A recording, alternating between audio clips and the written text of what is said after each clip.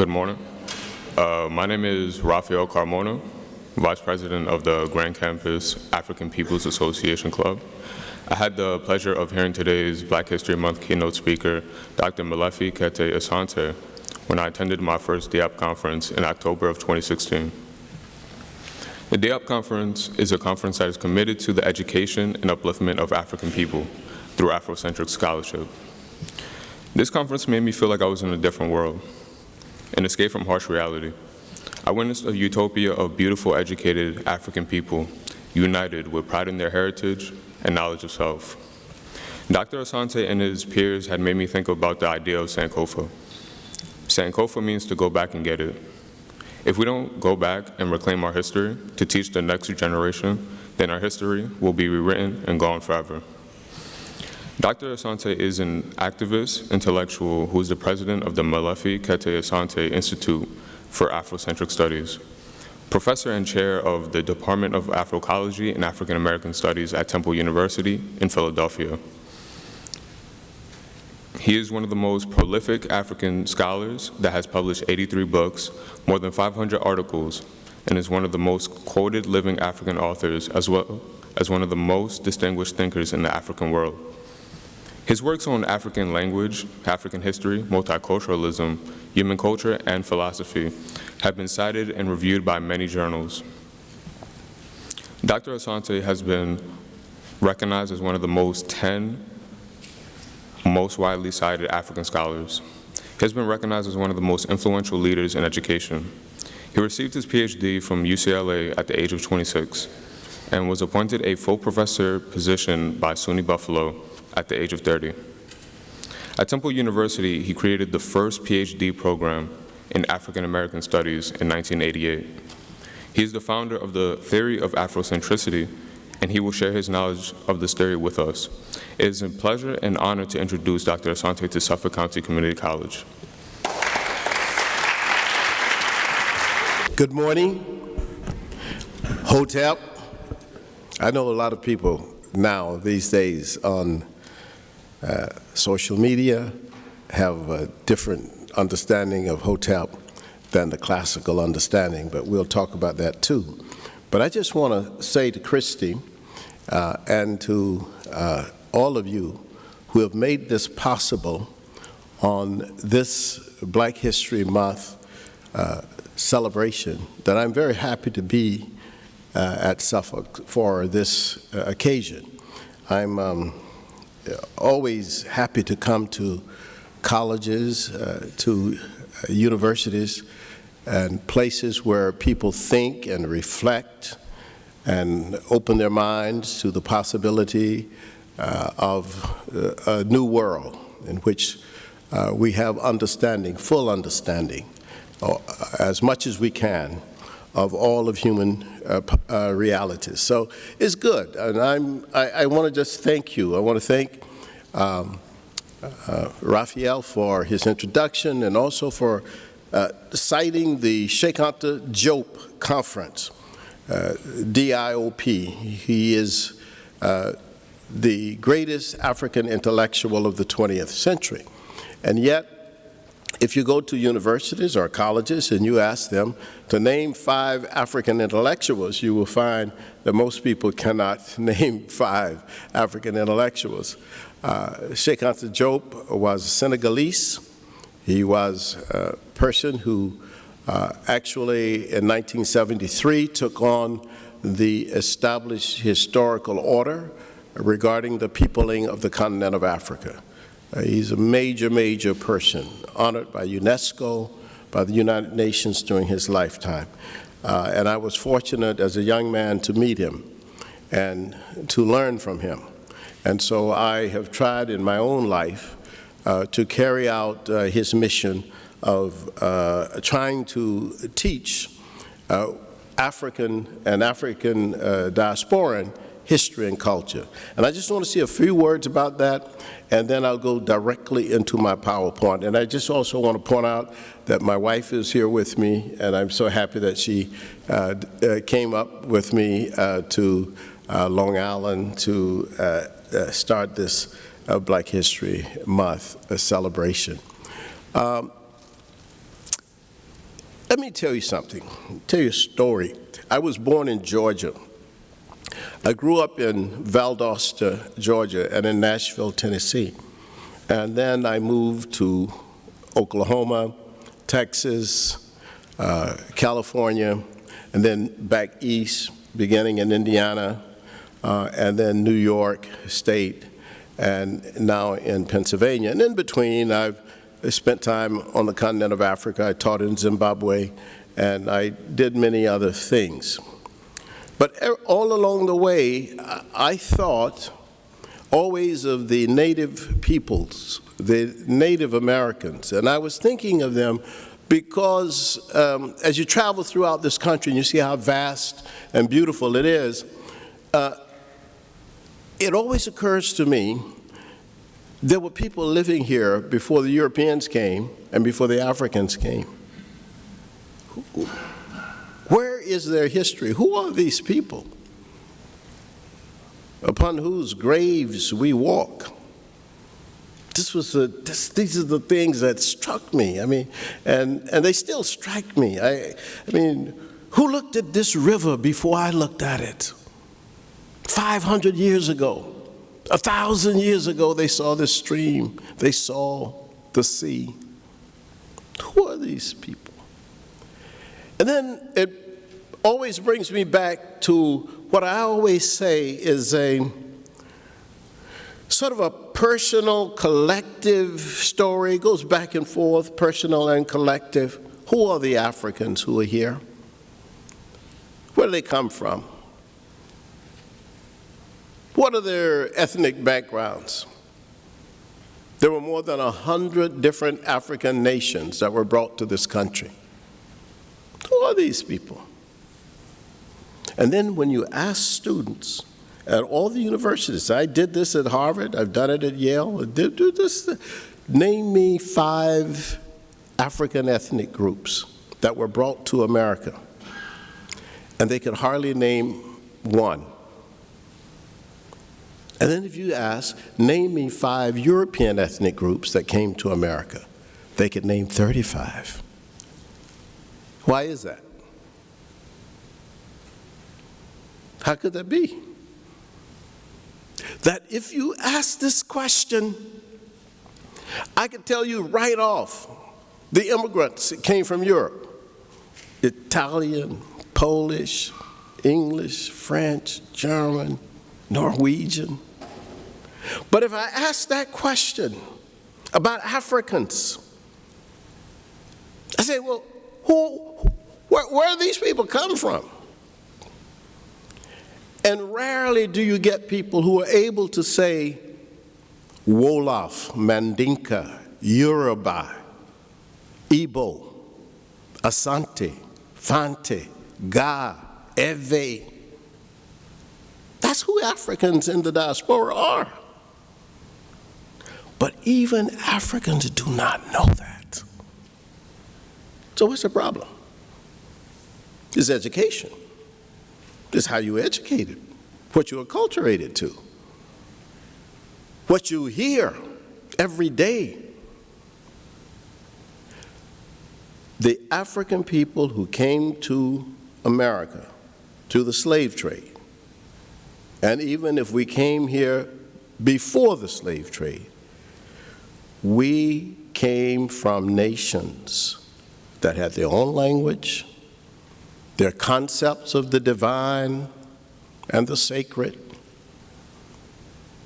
their doctrines of knowledge and metallurgy. These were nations. So when you ask that question, and then you think of all the Africans in the diaspora, because the diaspora is large.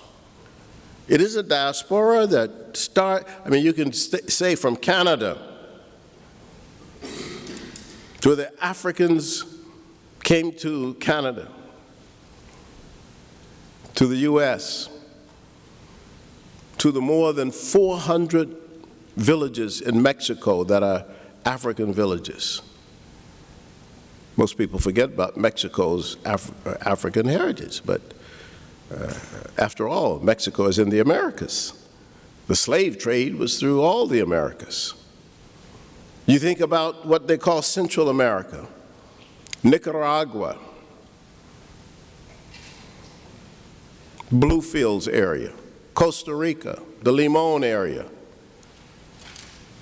Panama, all of it, Guyana in South America, Colombia, Peru, Ecuador, and the largest of them all, Brazil, with 100 million Africans. That's twice as many as are in this country. So you ask yourself, what happened? You see? Why is it that the people among whom we live don't know and we don't know? You know what? We're educated.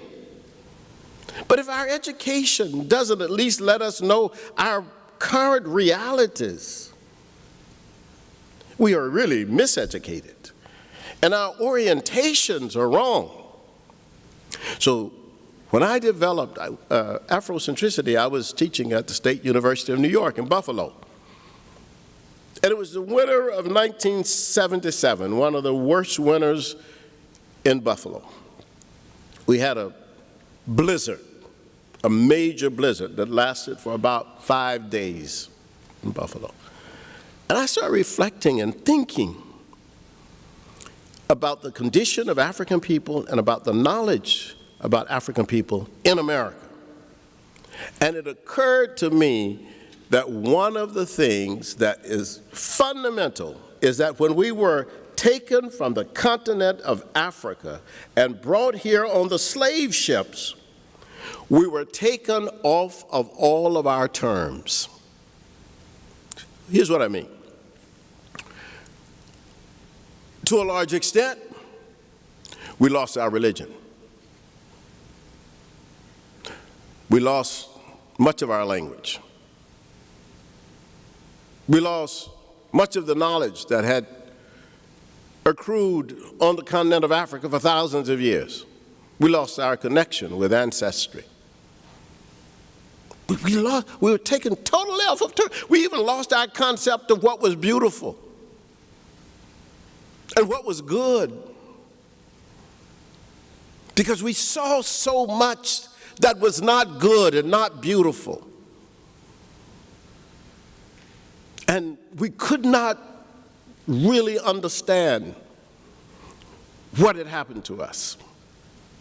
That's the reality of the African experience, not just in the United States, in the Americas. And I've traveled throughout all these countries. It's the same situation. I gave a speech like this last year or 2 years ago in Medellin, Colombia. It's the same with the black people in Medellin, or with black people in Cali or Buenaventura in Colombia. Colombia is 30% black, African. And you have the same issue that I'm talking about. The moving of African people off of their terms and to placing us fundamentally, almost without a voice, on European terms. And then you ask me, what's wrong with black students, or what's wrong with black people sometimes, or what's wrong with the way other people see us? It's disorientation, misorientation, being out of place, dispossessed of knowledge, of contact with information, and so forth. So what I proposed that came out in the book in 1980, I proposed that African people in America and throughout the world, because I later discovered that on the African continent, many of the people have the same problem we have: dislocation, psychological, cultural dislocation, spiritual dislocation, aesthetic dislocation. But here's the solution to that. It is the acceptance of Africans as African people who are centered in their own historical narratives. So we put ourselves in our own narrative. We're not marginals to the European experience or anybody else's experience. We are ourselves a historical people. And our agency, it may be unrevealed to a lot of people, concealed from some others, is profound. And yet, we fight against agency reduction formations all the time. It's a term I get from the scholar Michael Tillotson. Agency reduction formations that always confront African people who try to get off of the plantation and to be independent or liberated. You always have people to stop you, to push you back. If you say, look, we should have a Black Studies program at this college, someone would say, no, we don't need a Black Studies program. Agency reduction, always, because the idea is to maintain African people in a position of dislocation. So, Afrocentricity. Now, Afrocentricity is the idea that African people must view themselves and must be viewed in a historical context as centered within the framework of their own realities and experiences.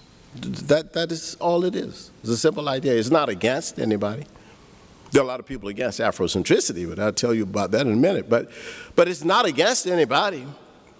It is for an understanding of African people, just as we would want an understanding of all people. And it doesn't deny anybody anything. So I start with the pyramids. Now, why do I start with the pyramids? If I were to ask you about American education, I would say, how does American education form its curriculum? How do we start? Where do we start? Most people will say Greece, and it's true. Almost every subject harks back to the Greeks, or there's some Greek at the entrance to everything, even the theater.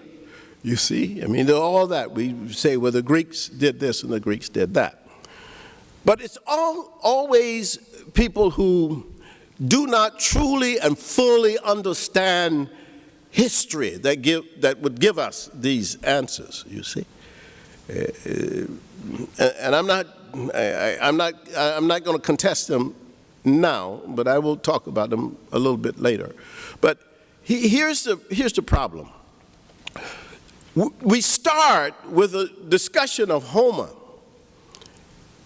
the Greek writer, and the Iliad, the Odyssey. We start with Homer. That's almost the beginning of Western education. You start with Homer.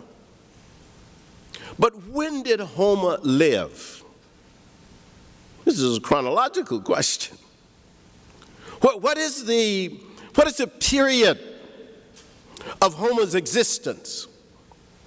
When did Homer write? And if you think about it, if you've been in some of the classes of your professors, these professors who are here and studied at great universities, they would tell you that Homer lived around 800 years before the Christian era. That's 800 years before Christ. This is a period of Homer.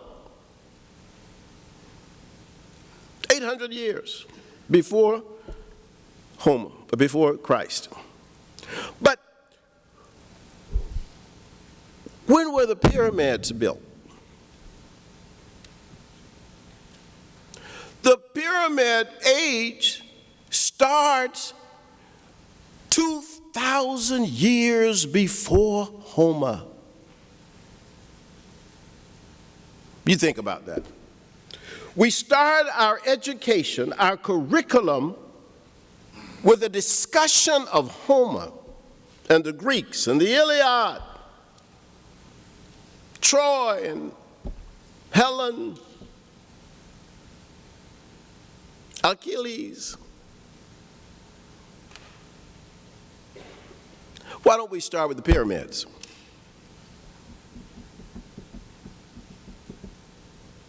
The pyramids have far more value in terms of human knowledge and human exploration and capability than the Iliad.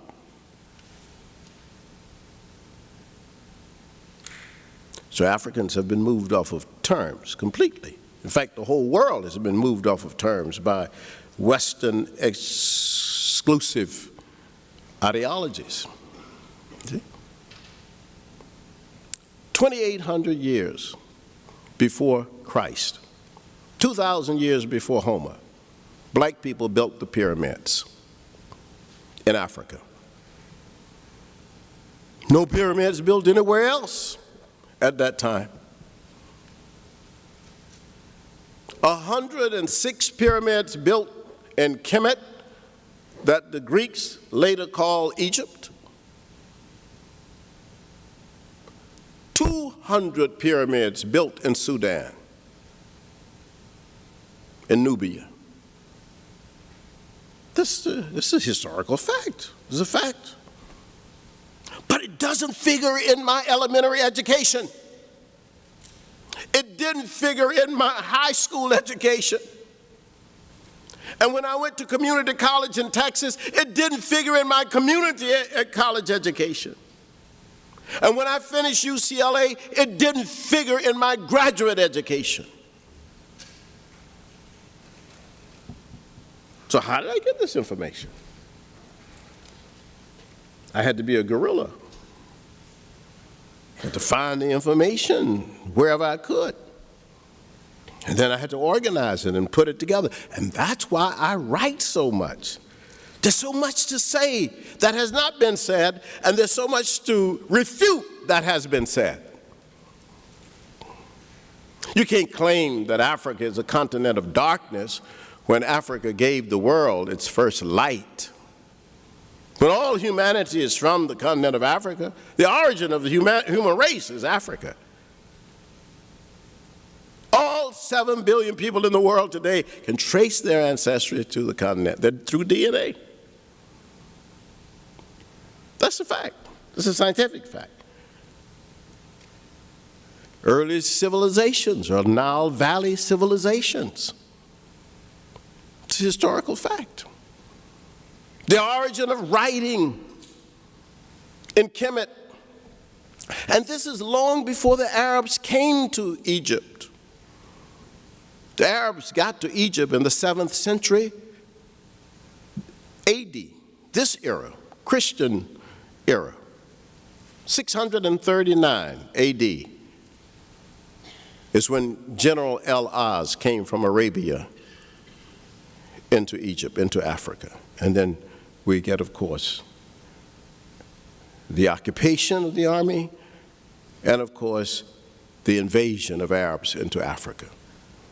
That's not 700 BC. That's not 2700 BC. That's 7th century Christian era. Africa is a black continent. There's always been a black continent. The ancient black people still live in Libya. It's always been. And Egypt is the same way. I see them when I go there. I'm going there again this year. I've been there about 16 times. You see.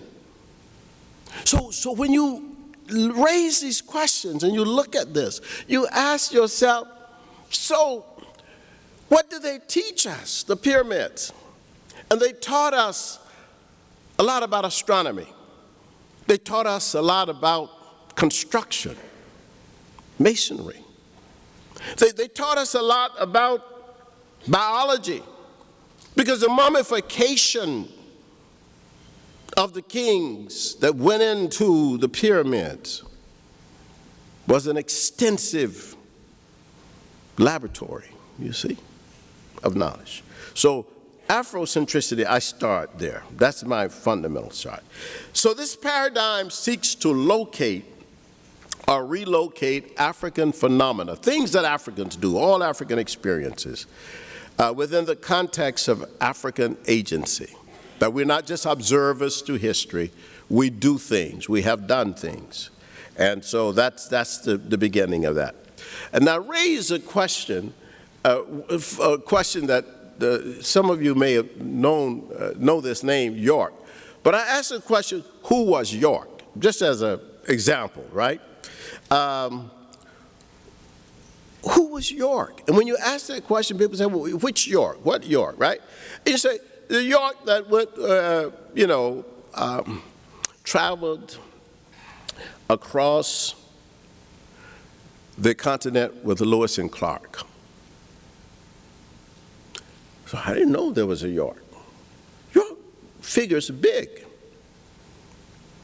in this exploration of the North American continent with Lewis and Clark. He was an African who went with him.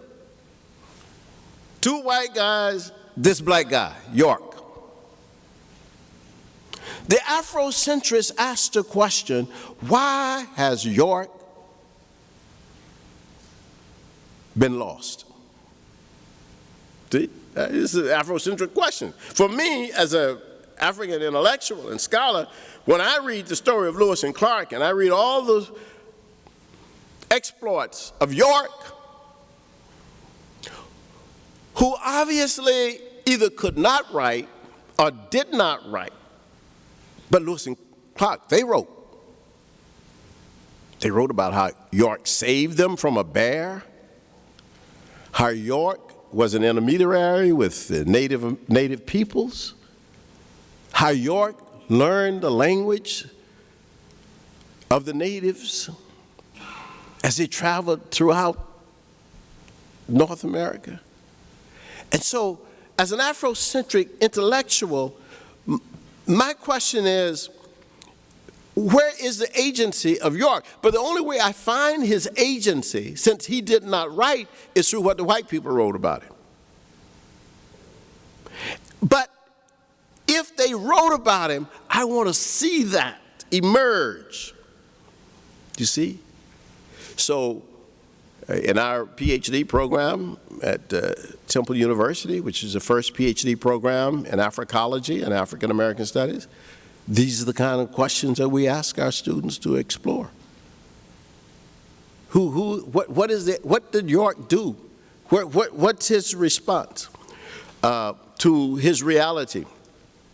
What did African people say when the founders met in Philadelphia for the Declaration of Independence and the Constitutional Convention? You know what I'm talking about? Here are these group of white guys sitting in this room in Constitutional Hall or Independence Hall, and they are having these discussions. But the people who were cooking for them, the people who were driving the wagons, the buggies for them, the black people who were the enslaved people that Jefferson held in bondage, or that Washington held in bondage. What were they thinking about what was going on? What did they say to themselves about Mr. Jefferson or the brutality of George Washington?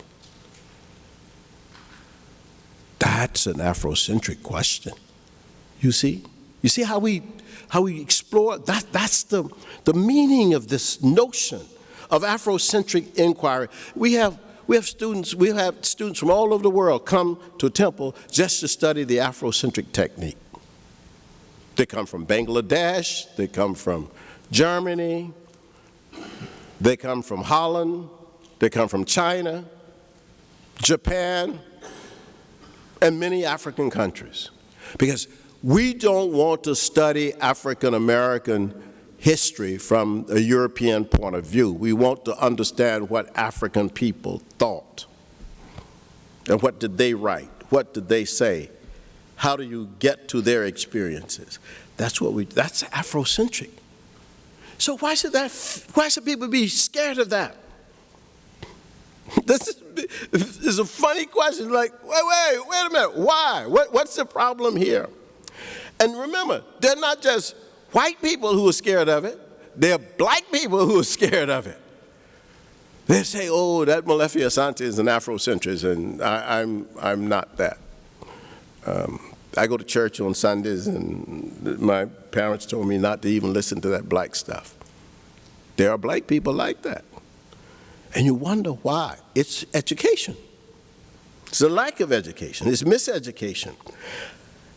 How many American athletes are at the Winter Olympics in Pyeongchang?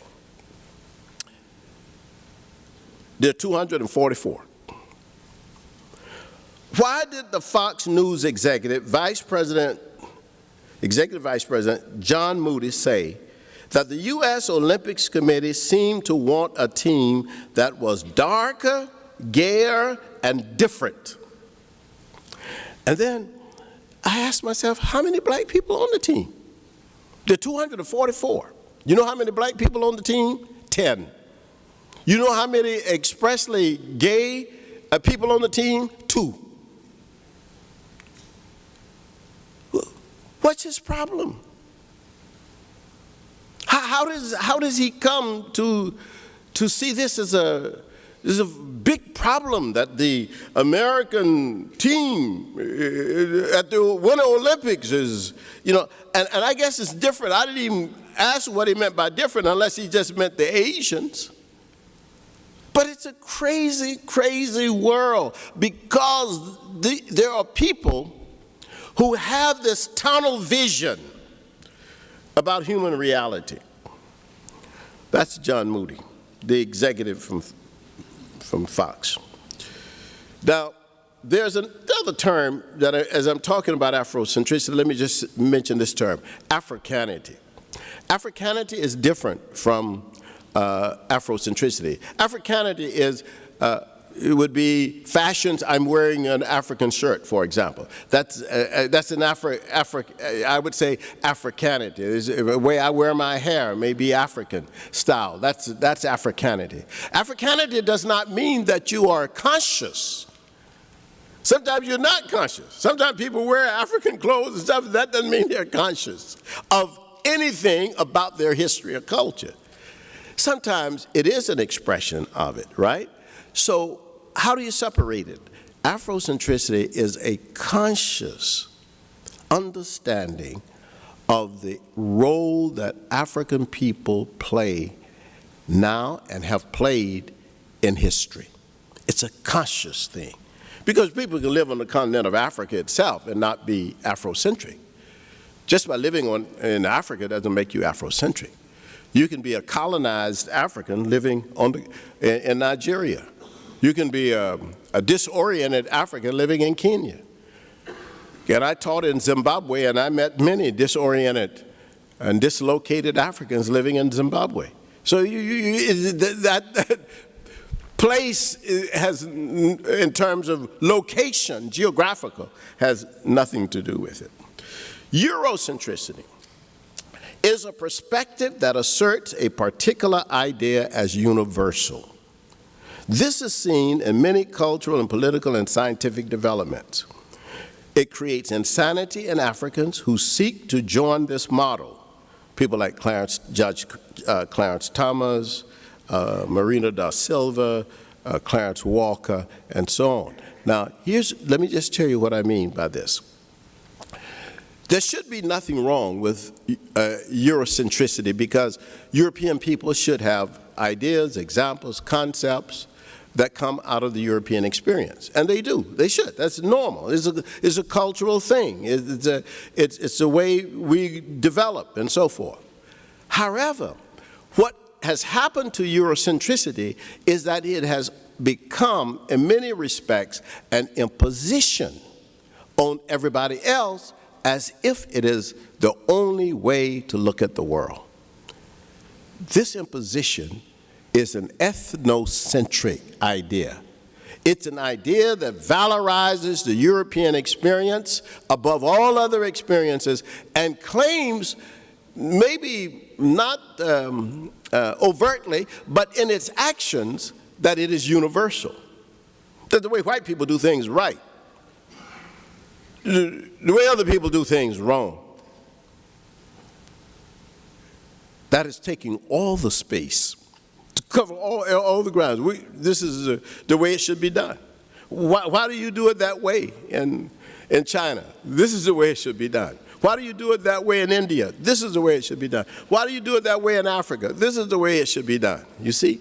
So what has happened is that many people, particularly who have been dominated or who live in a society where they don't have control or power, they accept that as reality.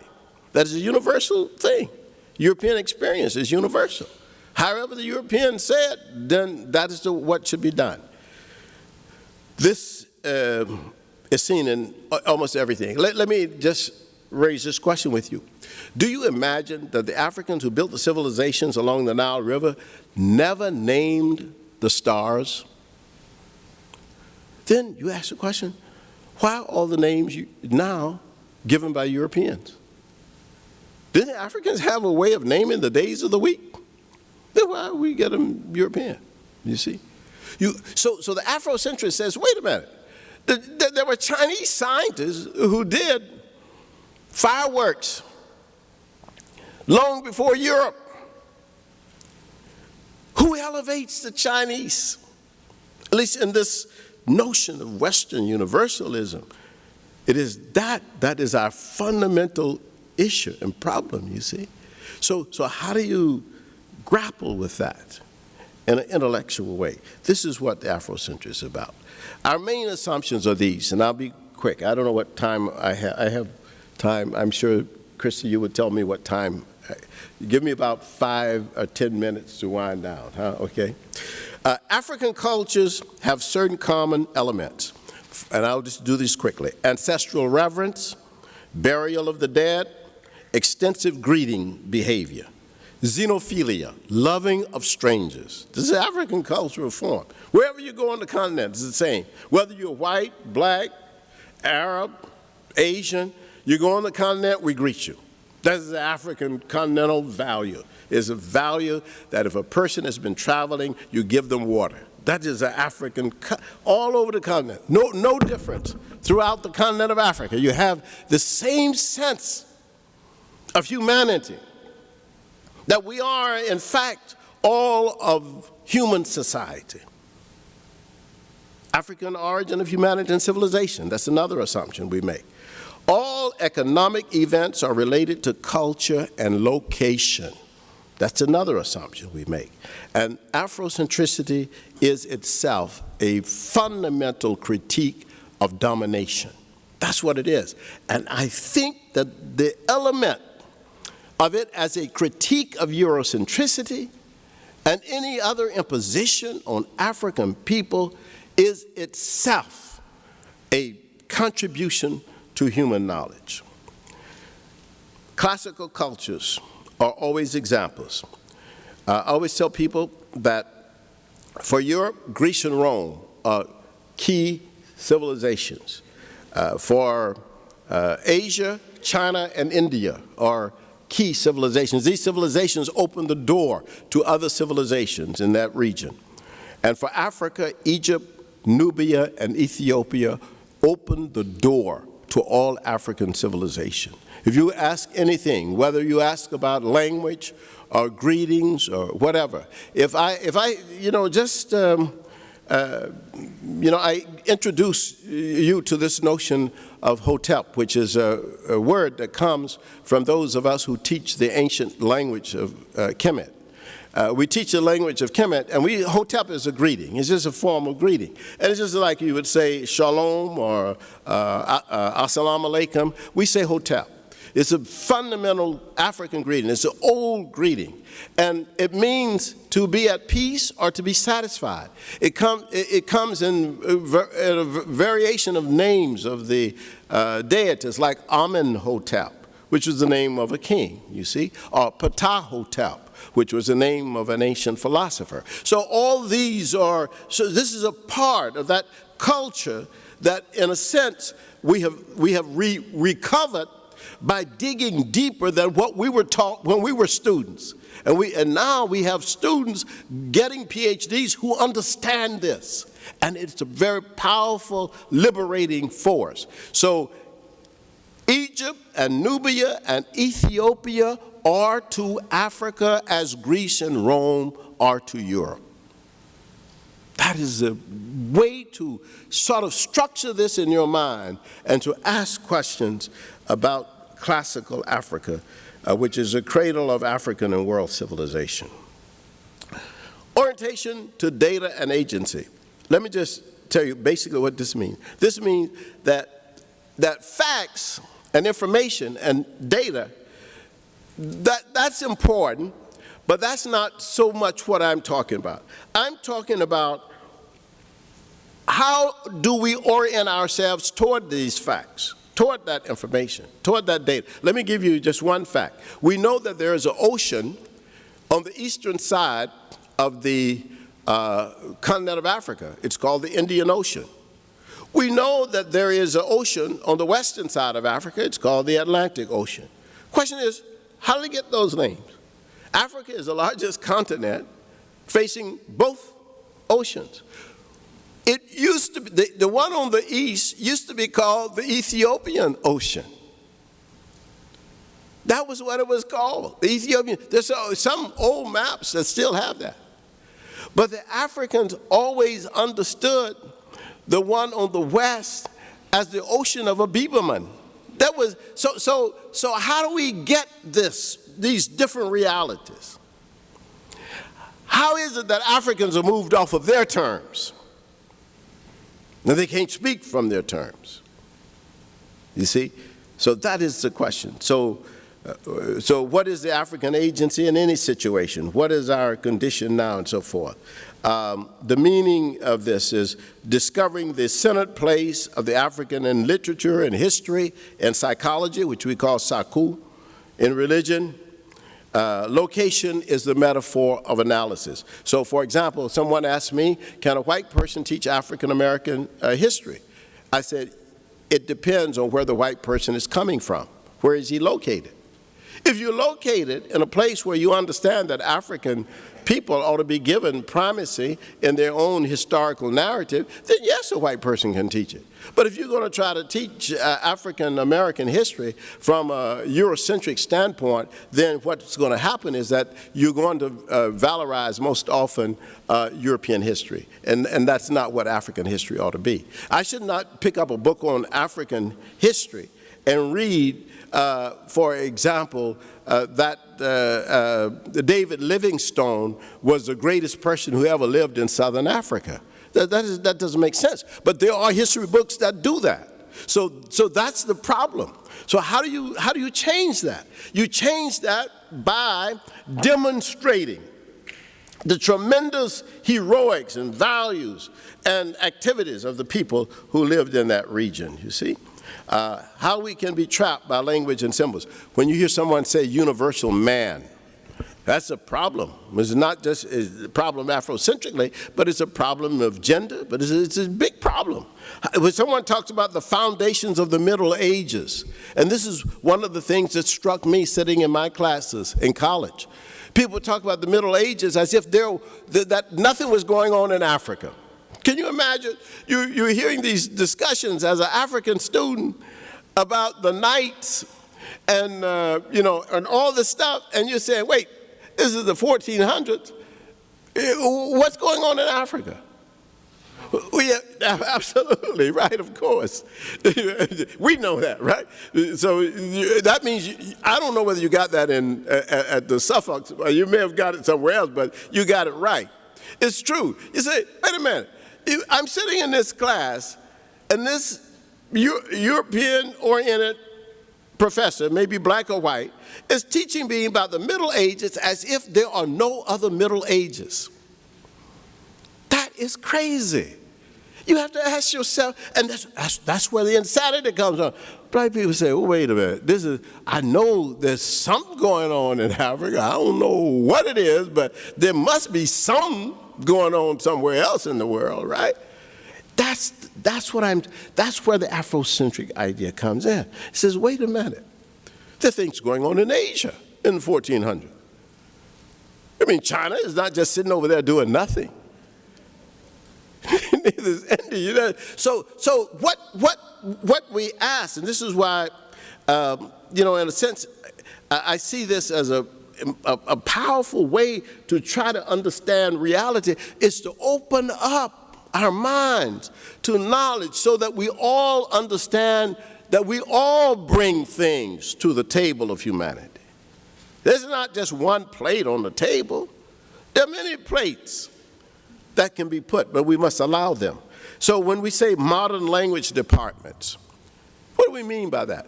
Every modern language department that I know of has never had an African language in it.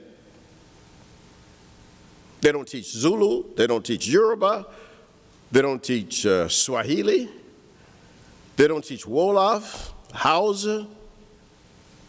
I said, well, why do you call this a modern language department? That's a question to me. And I raised this question to deans, to professors. They can't explain it. Well, we don't teach that, but, we just teach German, Spanish, French. But modern language, you see. So this is the issue. World great books. I'm not going to go through that. You know about the whole notion of canons. Ballet, the classical dance. Ballet is European classical dance. There are other classical dances. The Kete, my middle name, Kete is a classical dance of the Asante people of Ghana. Kete. So now here's the situation. So Europe takes all the space by saying, well, we got classical dance. Everybody else, you got folk dances. That's not correct. All people have dances and art forms that they feel could be emulated by other people. That's what classical means. But it is not for people to assume that, that what we call ballet is the only classical dance, and that the Japanese don't have classical dance, or the Chinese don't have classical dance. How can you assume that? How can you make that kind of statement? But this is the grabbing of everything, the obligatory point of entry for whites in movies, with the exception perhaps of the Black Panther, but we'll see that when it comes out. Okay, now, location and position. We can never be sure that our place is secure unless we're self-choosing. This is for African people.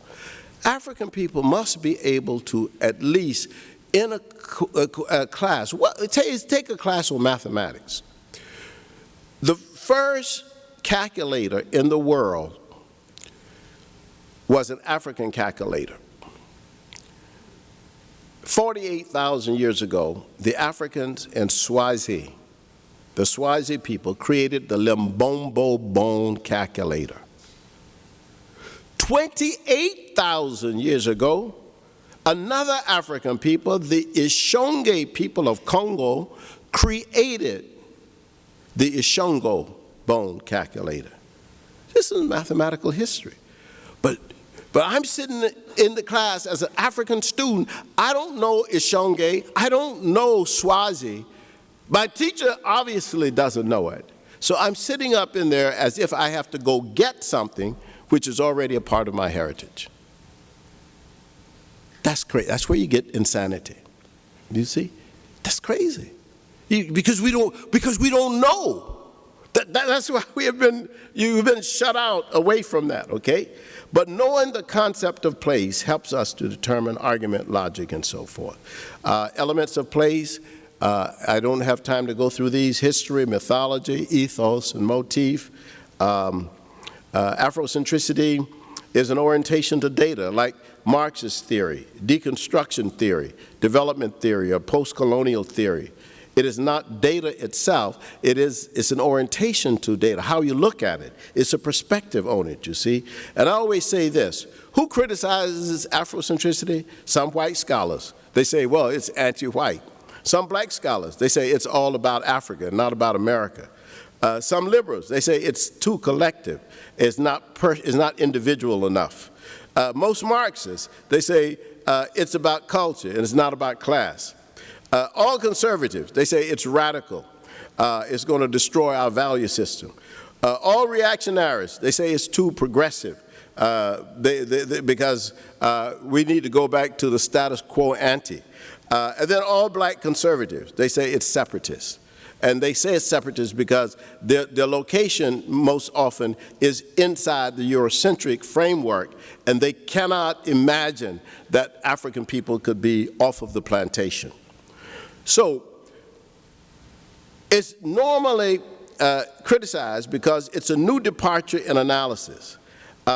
It is at the intersection of race, sex, class, and culture in contemporary American society, and it insists that human values must not be neutral, but vigorously anti-racist and anti-sexist. It insists on putting the African interest in the center of the narrative. All language reflects the ruling classes in America. Good English is never that spoken by African Americans or Korean Americans. This is not a matter of ethnicity, but of cultural origin.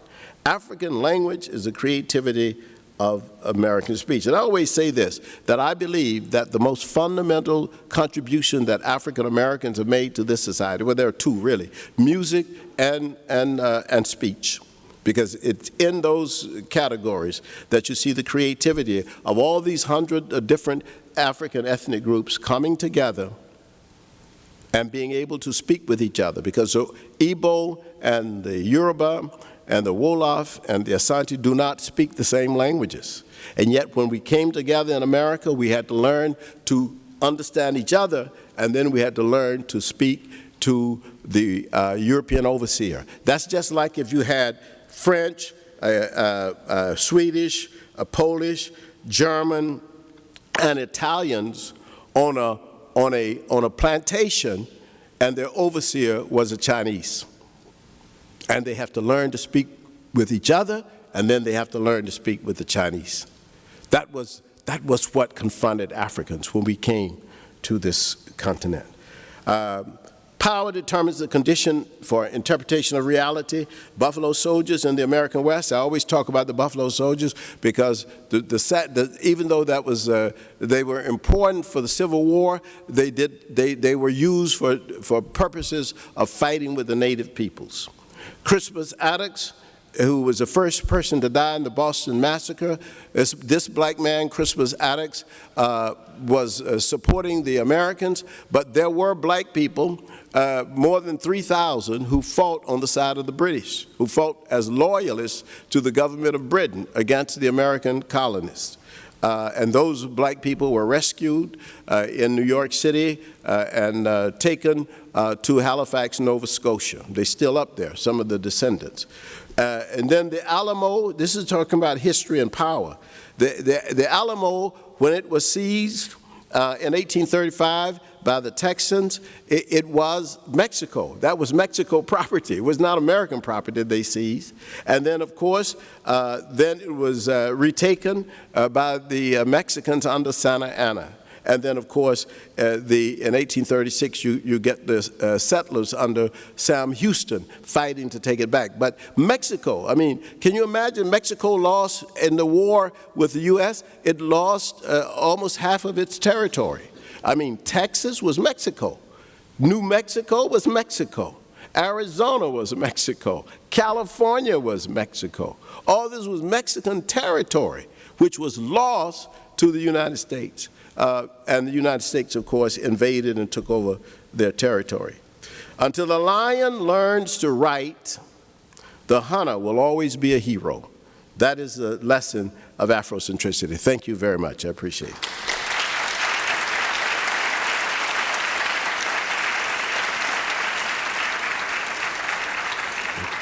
I understand there are time for questions or comments. Greetings. Greetings. I'm over here. All right. Okay, good. Thank you. First, I'd like to welcome you and your wife to Long Island, Suffolk County Community College. Actually, you've been in our discussions for probably over 20 years. I would like to say hello to your wife because I know we used to talk a lot. Thank you. Good so I want to say in Suffolk County Community College language, Hotep. Hotep. Yum Hotep. My question to you is, can you spend a little bit of time, I think you did, but I want to ask you in terms of education. The education that we're teaching our kids is a mono education, but yet the students are multicultural. Can a mono education actually work for a multicultural population? No. I'm sorry to be so sharp on that, but you cannot have a monocultural educational system when you got a multicultural educational body. That does not make any sense.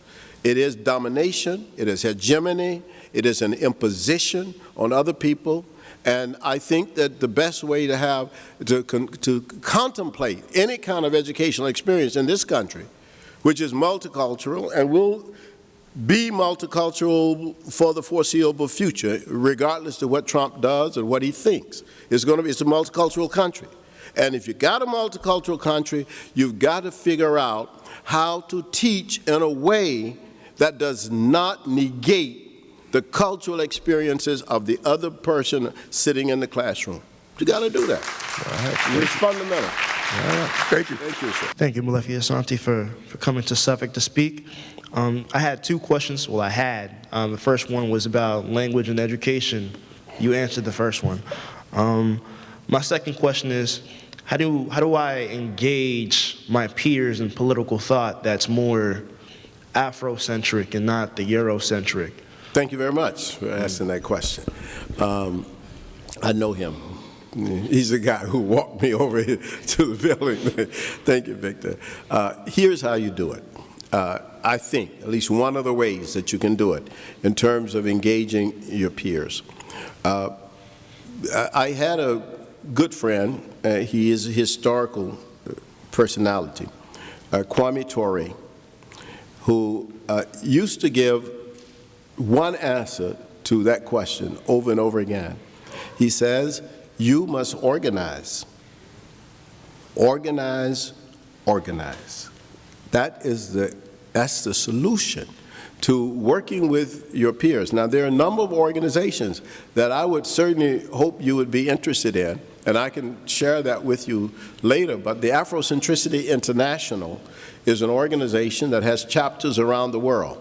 It's based on the principles that were established by Marcus Garvey of having chapters in every city or town or community of people who are engaged in the process of having some Afrocentric understanding. They study books and articles that are written by people who want to bring about what is called an African Renaissance, a renaissance of thinking on the part of African people. Renaissance is not the African word, but it was a word that was used in 1948 by Sheikh Anta Diop, and people use it. But a reawakening of African intellectuals and activists toward a conscious approach to science, to math, to culture, and so forth. And we see some good steps already.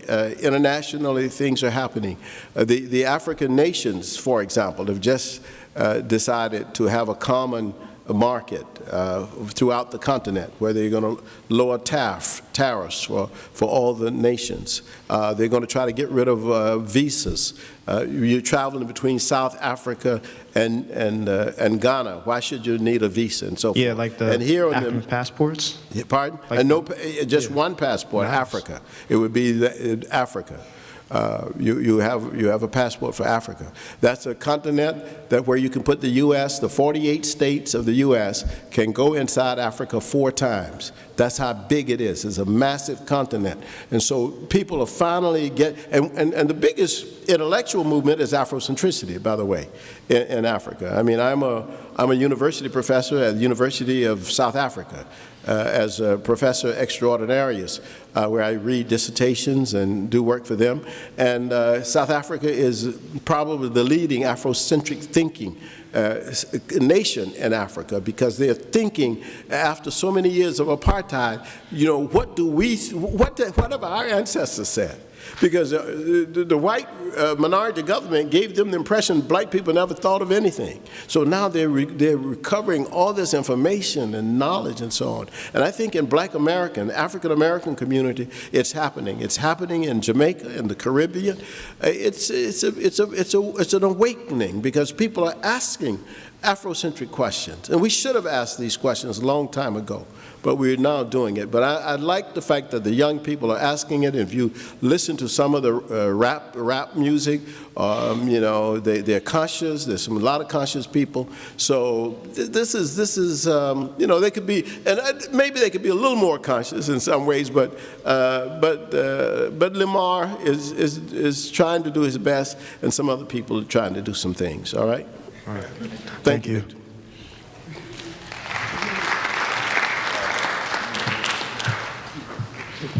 Hi. Thank you for coming, and thank you for speaking and like dispelling knowledge. It's always appreciated. So my question is one of practicality, so to speak. How do we take Afrocentricity from a perspective in which we like look at scholarly data, like you were saying, to something that we can apply to our current condition as African Americans? You mentioned Africa a lot, whether it be the advancements that we brought forth like to the world, or what we've done for culture, or all these like really interesting and like meaningful facts. But what do we do with those as young African American, Black American, whatever we want to classify ourselves as? Very good. Especially in like an academic sense. Yeah, and you in a more practical sense. Yes. Yeah. So like when we were bringing forth a suggestion to bring African or Black studies to campus, like last year, it wasn't received well because people didn't see the practical use for such an education. Like, if you cannot be a skilled worker with this education, why is it needed? So maybe if you can speak on that and see. That's a good question. Thank you. Very good question. Thank you very much for that question. Well, to me, and I've been in education a long time. I mean, I was thinking yesterday, I've been teaching at universities for 45 years. So I have some views on this. And very clearly, the most practical education at the undergraduate level is an education that you are passionate about. That's number one. Number two, if a person asks that question, what can you do with it? It could be asked of any subject that is not a vocation. In other words, so I'm taking political science. So what can I do with it? So I'm taking English. So what can I do with it? Anything anyone can do with any degree that is not a vocation, where you actually learn a skill like speech therapy or engineering, you can do with African American studies. There's no difference.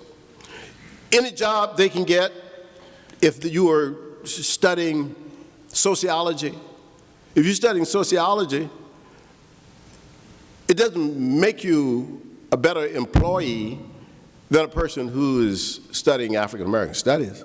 They can both get the same job when they get the BA. It's the same.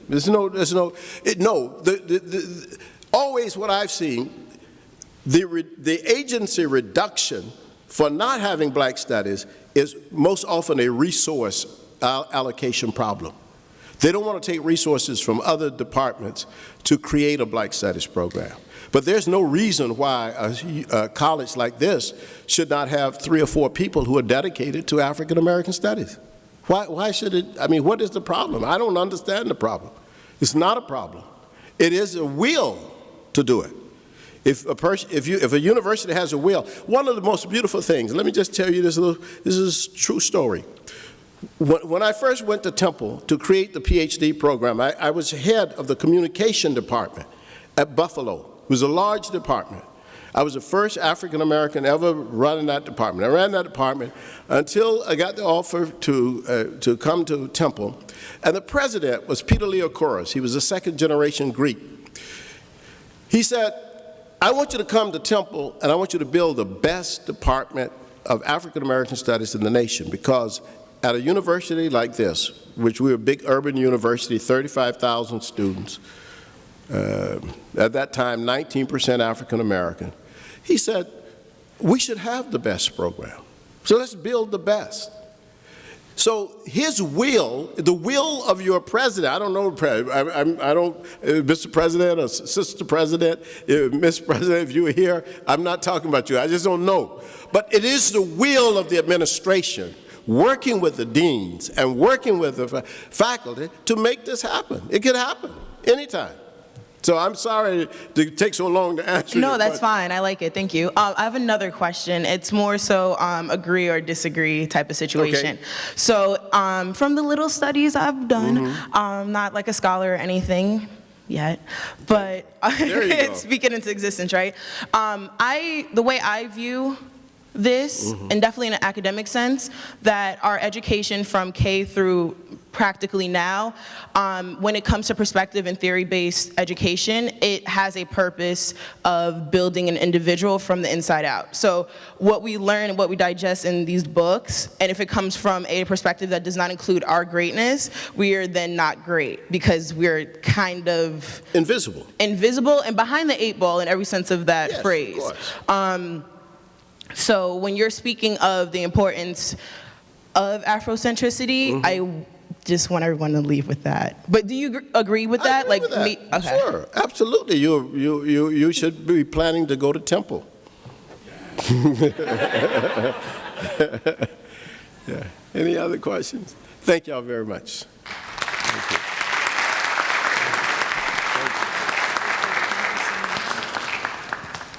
Thank you, everybody, so much. Thank you, Dr. Asante, for speaking with us today about Afrocentricity. Please leave the surveys with the person that's standing by the door on your way out.